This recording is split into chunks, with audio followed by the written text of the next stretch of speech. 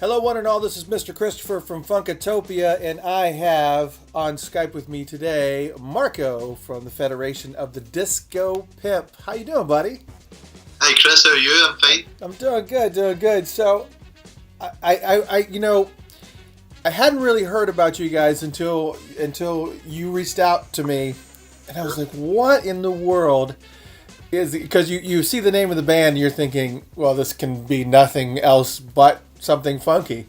So, what exactly led you guys to name the band the Federation of the Disco Pimp? Well, it was more of a homage to everything funky and everything that's pimped from the 70s, you know. Thinking like Harvey Keitel's Pinky Nail and Taxi Driver, you know, like now Yeah. he was a disco, you know, it's not like, I suppose that is the confusion, it's not disco music, it is funk, but it's incorporating the pimpness of all the great funk and all the great 70s stylistics without being a tribute act. Right, right. Well, because I know that Scotland has seen its fair share of some really great bands, obviously, and but from the funk realm, not a whole bunch. I mean, you had the Average White Band, which a lot of people don't know came out of there. Who else would we be shocked to find out really got their start or came out of Scotland? Scotland. Wow, that's a good question. I mean, that was really for funk. You are talking. It really begins and ends with a big impact with the Average White Band. I mean, I don't know how well travelled the band, the Alex Harvey Band, the sensational Alex Harvey Band. Mm-hmm. They were big in the late 70s, 80s. They were funky and rocky, and they were very Zappa influenced, you know, as well. So, Right. but yeah, in terms of what came out funk-wise for Scotland, no, not too much, to be honest. Well, so this is a good thing for you guys because you're in a market that really is not saturated with it, and you really have. I mean, every single place that we talk to over in the UK is just like obsessed with funk, which is a total antithesis of what we have in the United States. We do have an underground funk movement, but it's nowhere near the powerhouse that it is over in the UK, and it's so it's obviously a good thing because you guys are doing really well. You got a great crowd. People are really into you. You just got done winning the Scottish Culture Award for Best Live Performance, and that was from the Sunday Herald in 2016. So tell me a little bit about that. How did they come to you and they said, you guys are fantastic? Were you nominated along with a bunch of other bands, or how did that work? Well, funnily enough, we were nominated for a few awards, but like our competition really wasn't other bands; it was other institutions. Like we bet Scottish Ballet, like the Scottish Ballet company. Like we bet out, like and nobody was more surprised than us. You know, like and there was a lot of surprised people in the room once we won the award because we were the last category for the one that we won, and guys who won it before, because it was Culture Wars, it wasn't just music. There was like James McAvoy, he won Best Actor, and so it was like it was a really wide spectrum of like arts being represented. Right. So like Scottish Opera won, James McAvoy, Alan Cumming, like all these big mainstay institutions, and then the last award came up for Best Live Performance, and there was Scottish Ballet, and there was Scottish Opera, and then there was like Federation of the Disco Pimp, right? And even the host, which are completely cultural. Yeah, exactly. So it's like even the host was like, "Oh, I just love saying the name of the band." It's like they weren't even the host wasn't even taken as seriously as a contender. And then there was this just collective wow, like stunned silence when we won, you know, and it was like, you're damn right we won, you know. It's like, you know, but it was in truth really humbling to go up against like an institution like Scottish Ballet or these guys who like hog all the funding and all the arts and like anywhere, you know, ballets, operas, orchestras, and we bet them, you know. It was like that was one for the funk, you know. Well, yeah, absolutely. When you won, how did he read the name? Was it, do you know what? Was it slow or was it? Did he read it? Federation of The Yeah. how did you read it?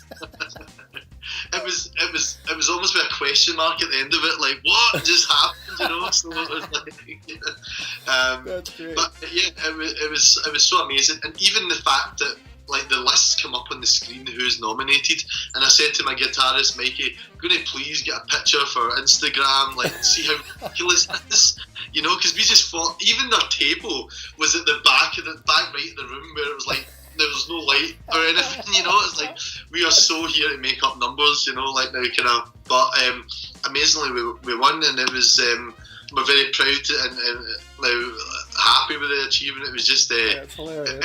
it was a good time for us because we just worked with P.B. Ellis, you know, like from like the original James Brown band leader and stuff. Yeah, I heard you played in Glasgow. Yeah. Yeah, and exactly, and we were just playing with Sister Sledge and things like that. So when these big things happen, there's that natural kind of hump afterwards of like, oh, right back to normality for another week or two, you know. So it just came along at the right point to keep the summer going, you know. So it's been a great year again for us. That's fantastic. Yeah. And matter of fact, you have a new song out. I Love You Tomorrow. I love tomorrow. I love tomorrow. I love tomorrow, I love you tomorrow. I'm sure that would be. Yeah. But so tell me a little about I Love Tomorrow, because last year you guys had In Immorta, is that how you pronounce it? Yeah, so you had that album, which was really great, because you know once you had reached out to me, I said I'm gonna take a listen to these guys, and the album is great. I love how it's kind of got a good balance of funk, and it's also got really cool little segues that make it feel like there's mortar in there, and it's a really great album. So I'm really looking forward to the new album, obviously. But so tell me a little bit about. Well, if you want to talk about In Immorta, we can talk about that as well, because I don't know how long it's going to be before you have a new album. Yeah, well, I mean, Inamorata, like I Love Tomorrow is a single from Inamorata, so like that's relevant. Inamorata was, I mean, like it was written about. Well, it was released just over a year, maybe nearly 2 years ago now, and it was all about the time of the Scottish independence referendum. I don't know how it was covered over there, but it was. We had a decision to make where we stay with the United Kingdom or we break free.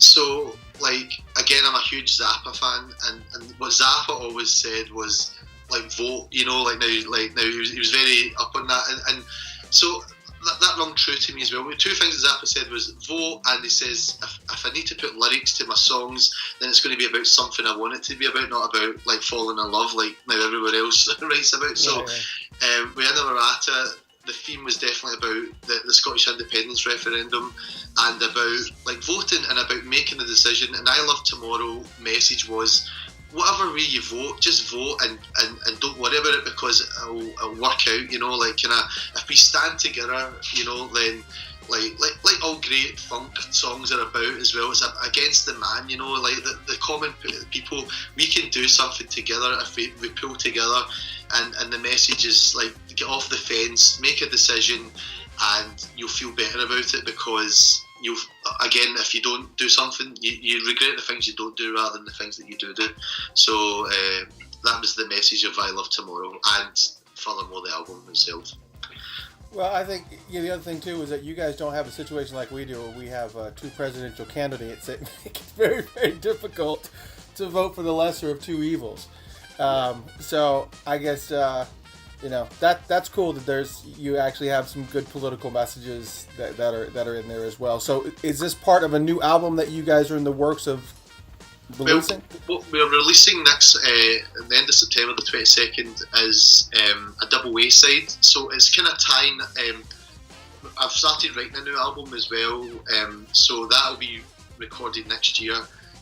So this is just kind of to keep something out there just now. So the double A side will be 2 tracks, and one will be the finisher, which is it's a kind of combination of tracks. It starts with some Quincy Jones, Money Runner Quincy Jones, and then it goes into Herbie Hancock's Hang Up Your Hang Ups, and then it goes into one of our tracks,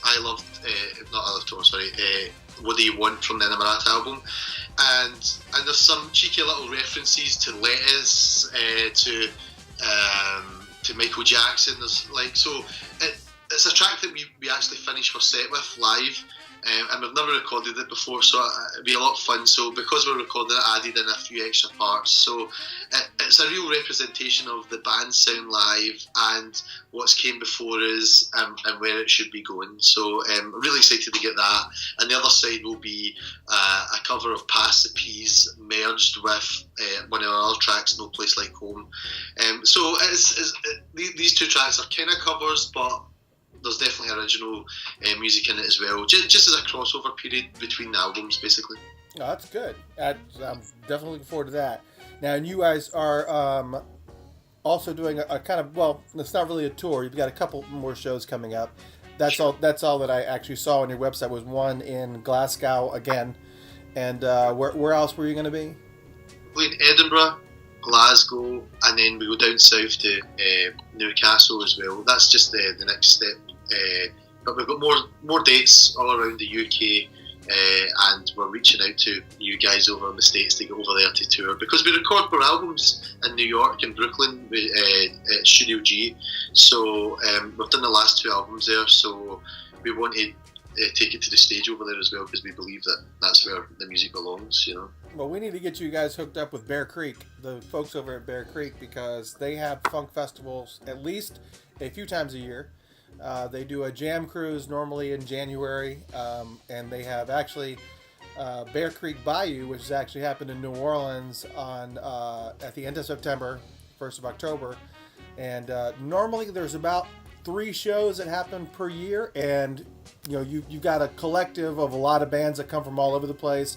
You know, from George Clinton and Parliament Funkadelic to the New Master Sounds to, you know, whoever they can get together. I mean, even a couple years ago they had Bootsy Collins and they had, you know, Bernie Worrell, and so they had like all these fantastic bands, and this would be a perfect setup for you guys to get into this mix. But I will definitely make sure the word gets out. But yeah, I would love to see you guys in the States. Definitely love to see you live. You guys had an amazing movie that was actually done. Kind of tell me a little bit about the movie that you guys had created about that was actually concert footage. It was live concert footage that was presented in a movie format, more or less. And it was just really, really well done. I mean, you guys, that must have cost a pretty penny. What was all involved in that process? Yeah, well, that was actually the launch of Inner Marata, you know, in Glasgow. It was at a festival called Celtic Connections, which is more associated with folk music, but you've had like Bella Fleck, the Flecktones, and now there's obviously a fusion of different influences, those kind of guys that come over and play. So it's a world music festival, so as much as we're a funk band, we're also a Scottish music band, so like we play that festival. So it was a homecoming gig for us. And we just decided that, like, my producer Joel, who's from Brooklyn, Joe Hamilton, he's such a guardian angel to us as well, in so many different ways. But he was like, I want to come over for the album launch. So him and Sasha Dobson, who sung on the Namarata album, they came over to be part of the album launch, which was incredible. So we just wanted to document it. And again have a great live representation of the band, because a lot of people, even a lot of people have heard the album before they saw us live, say that's great, but they're always surprised how it transfers live as well. That's like, wow, you guys can do it live as well as now. Like, that's what we pride ourselves. Even in the studio, we record it as live as possible. There's very few overtakes. It's more about getting an energy, and with funk music, as you'll know yourself, Chris, it's about the vibe and the chemistry between the band as well. So if you sit and record the drums first and then the bass, there's a lack of energy. So live in the studio, that's what we're all about. But we wanted to show as well that if we take the stage in front of a full crowd, like on the concert, we can deliver as well. Yeah, it was really well done. I literally was very, very impressed with just a lot of the graphics and the way that it was presented, the way that it was put together with the slide graphics and everything. That it was very, very well done. I definitely, anybody that's watching this that, you know, loves good live funk music, I definitely suggest checking it out. It's a lot of fun to watch. And also, you know, head to iTunes and pick up, definitely pick up the album, Inamorata. as well as take a listen online on the website, which is, you don't have to spell out Federation of the Disco Pimps. You just go FOTDP.com, and you can go to the website and see I Love Tomorrow. You'll be able to see and listen to it as well. And they have tons of different tracks. If you go to YouTube and you actually search for them, there's tons of stuff out there as well that we've seen. And obviously, if you're in the UK, you have to go check them out. Federation of the Disco Pimp, a really great funk band out of Scotland. Super psyched they reached out to us. Thank you so much for spending some time with us, Marco. And can't wait to hear some of the stuff coming out in the future. Thank you, Chris, and I really appreciate you taking us for the interview. And I also like the things that you notice about the graphics, the slides, the tracks in between the full song tracks in the album. We spend a lot of time doing all that, like now to make it an album rather than just 12 singles. It's like there's a concept there, so for guys like yourself to notice that, it makes it worthwhile. So thank you very much. Oh, I definitely appreciate it, Marco. We thank you for visiting Funkatopia and digging us. We dig you guys just as much. So thanks, dude. You're spreading the word, and that's what we need. It's like, because there's not enough. Because it's funny. I've gone to a record store. Even when I'm over in the States, I go to Amoeba Music, which is such a great store. Yeah. But nobody has a funk section. Have you noticed this? It's like it has to be the hardest genre. I mean, I saw in Amoeba when I was in LA last year, there was like African chant singing section, but yet they still don't have a funk section. It's like we're really up against it. So guys like yourself and sites like yourself are amazing, and we need you to get out there. Yeah, they kind of pigeonhole us in with R&B and soul, and that's okay, I guess. But it kind of gets lost. I mean, there's a lot of great music in that realm, but we definitely are. We have our sights set on rejuvenating the funk brand, and it's coming. It's coming. It's slow moving. It's a slow moving train, but it's coming. And that's definitely our goal as well. It's like, we're not a tribute band. We're not a cover band. Like we're trying to push. Like, we want to, like, the peers, guys like Lettuce, Soul Live, Wolfpack. Those guys that they're out, they're making modern funk music, and we want to be part of it. That's why we go over to Studio G in Brooklyn. We record with the guys. Lettuce records. We record in the same studio as Lettuce. Corey Henry's did his new album over there as well. So it's like we're showing that, like the Average White Band did. Like, we want people to be surprised that we're Scottish. We want to say we don't want to be a great Scottish funk band. We want to be a great funk band, and we have to be there with you. The guys that are leading the way in the industry, and those guys are definitely doing it, so that's why we want to be sound contemporary as well as paying homage to the greats that came before us. Yeah, I think that you guys would be a great pairing with Lettuce, and Lettuce actually has they're actually playing the Bear Creek festivals as well. They'll be at the one that's at the end of September. So anytime that you guys are anywhere near Atlanta, or we'll definitely have to make sure that we cross paths. Absolutely. That would be. Yeah. In fact, Kraz actually guests from Let's See guests on the ground track on the Inamorata album, so we had him in the studio for the day as well. So there's definitely, we know that we can do this. We just need to go over there and get on shows like Bear Creek and the Jam and stuff like that. I wish I didn't have a physical copy of the album, so I would have read those liner notes and been able to see those little things. That would have been great. Yeah. So I'll send you. We have the vinyl as well and stuff, So we believe in putting on wax and stuff, So I'll get you a copy for sure. Absolutely, that's fantastic. Looking forward to it. Before you go, again, please everybody make sure that you go. If you don't have a lot of money, that's fine. Just go to Spotify. Inamorata is on there. You can at least listen to it and get excited about it until you can save up the cash to go grab it yourself. And again, please visit the website, FOTDP.com, and make sure that you support them. And if you have a chance to see them live, do that too. Thanks again, Marco. I appreciate it. Thank you.